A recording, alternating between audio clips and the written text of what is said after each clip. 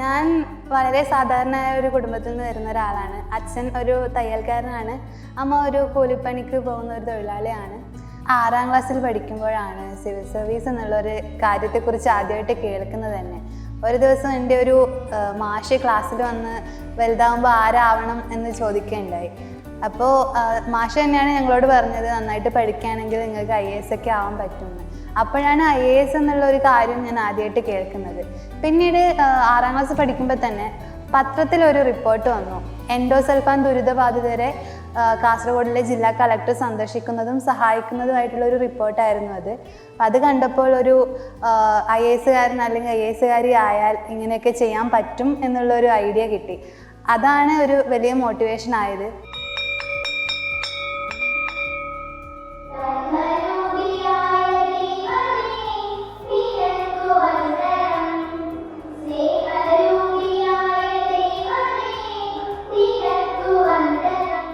സ്വപ്നങ്ങൾക്ക് അതിരുകളുണ്ടോ? കേരളത്തിന്റെ വടക്കേ അറ്റത്ത് കാസർഗോഡ് ഒടയംചാലിലെ അനുഷയോടാണ് ഈ ചോദ്യമെങ്കിൽ അനുഷ ഒന്ന് പുഞ്ചിരിക്കും. ആ പുഞ്ചിരിയിലുണ്ട് അതിന്റെ ഉത്തരം. എൻ്റെ പേര് അനുഷ ആർ ചന്ദ്രൻ. ഇക്കഴിഞ്ഞ സിവിൽ സർവീസ് പരീക്ഷയിൽ 791 റാങ്ക് നേടാൻ സാധിച്ചു.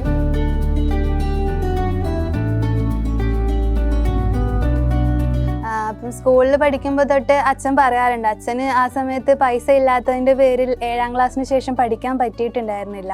അപ്പം ആ ഒരു അവസ്ഥ എനിക്കും ഏട്ടനും ഉണ്ടാവരുതെന്ന് അച്ഛന് നല്ല ആഗ്രഹം ഉണ്ടായിരുന്നു. അപ്പോൾ അച്ഛനും അമ്മയും അതിനുവേണ്ടി ഒരുപാട് കഷ്ടപ്പെട്ടു. അവർക്ക് കിട്ടുന്ന പൈസയുടെ വലിയൊരു പങ്ക് ഞങ്ങളുടെ വിദ്യാഭ്യാസത്തിന് വേണ്ടിയിട്ട് തന്നെയാണ് ചെലവഴിച്ചിട്ടുള്ളത്. അപ്പം വിഷമം ഉണ്ടായിരുന്നു.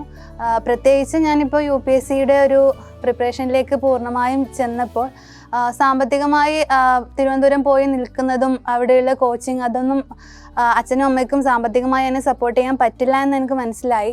അതുകൊണ്ടാണ് ഞാനൊരു ജോലി ചെയ്തുകൊണ്ട് ബാക്കി പ്രിപ്പറേഷൻ ചെയ്യാമെന്ന് തീരുമാനിച്ചത്. അപ്പോൾ അതേസമയം അതൊരു വലിയ ചോദ്യചിഹ്നമായിട്ട് എൻ്റെ മുന്നിൽ ഉണ്ടായിരുന്നു, ജോലി ചെയ്തുകൊണ്ട് പറ്റുമോ എന്നുള്ളത്. മറ്റുള്ള പിള്ളേരോട് പഠിക്കുന്നുള്ളത് പറയണ്ട, അവള് സ്വയം പഠിച്ചോളൂ. അതിന് വേണ്ട എല്ലാ സപ്പോർട്ടും നമ്മൾ കൊടുക്കുന്നില്ല. പഠിക്കണം എന്നുള്ള ആഗ്രഹം ചെറിയപ്പോഴേ ഉണ്ട്. പിന്നെ ഇന്ത്യ കോച്ചിങ്ങിന് കൂടി പോകാന്നില്ല, അത് ധാരണയെല്ലാം തിരുവനന്തപുരം ചേർത്തത്. അന്നേരം എല്ലാവരും പറഞ്ഞിരുന്നു, എന്തിന് തിരുവനന്തപുരം ഡിഗ്രി ഇവിടെ പഠിച്ചാൽ പോരെ ചോദിച്ചു. പക്ഷെ അവൾക്ക് ലക്ഷ്യം വേറെയല്ലേ, അതുകൊണ്ട് അവിടെ കോച്ചിങ്ങിന് കൂടി പോകാറിഞ്ഞിട്ടാണ് ഡിഗ്രിക്ക് തിരുവനന്തപുരത്തേക്ക് പറഞ്ഞയച്ചത്. സോഷ്യൽ സയൻസ് ആയിരുന്നു എൻ്റെ പ്രിയപ്പെട്ട സബ്ജക്റ്റ്.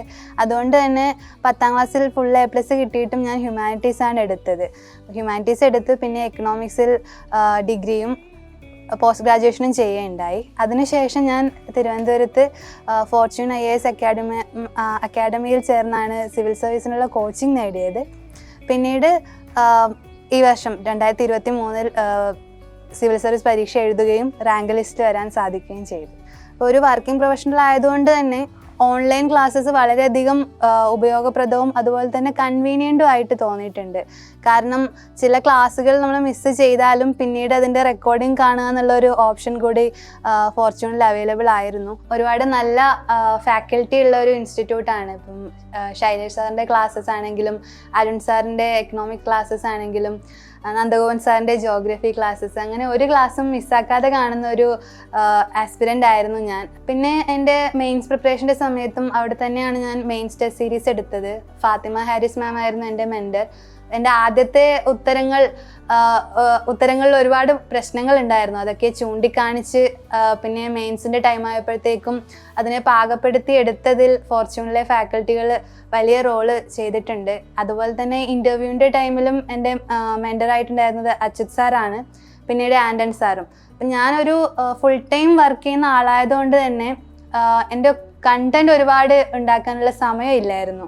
അപ്പം ആ കണ്ടൻറ്റിൻ്റെ ഒരുപാട് പ്രശ്നങ്ങൾ ഉണ്ടായിരുന്നു. അപ്പോൾ അതിനെ ചൂണ്ടിക്കാണിച്ച് ഒരുപാട് 1-on-1 സെഷനൊക്കെ എടുത്തു തന്നത് അവിടുത്തെ ഫാക്കൽറ്റിയാണ്. എൻ്റെ വർക്കിംഗ് ടൈമിന് അഡ്ജസ്റ്റ് ചെയ്ത് അവർ അവിടെയുള്ള ക്ലാസ്സസ് എനിക്ക് വേണ്ടി അറേഞ്ച് ചെയ്ത് തന്നു. അതൊക്കെ വളരെ വലിയ കാര്യങ്ങളായിട്ടാണ് തോന്നുന്നത്. രാവിലെ എഴുന്നേറ്റ് പഠിക്കാൻ ഇഷ്ടമുള്ള ഒരാളാണ്. അതുകൊണ്ട് തന്നെ ഞാനൊരു 5-5:30 ആകുമ്പോൾ രാവിലെ എഴുന്നേൽക്കും.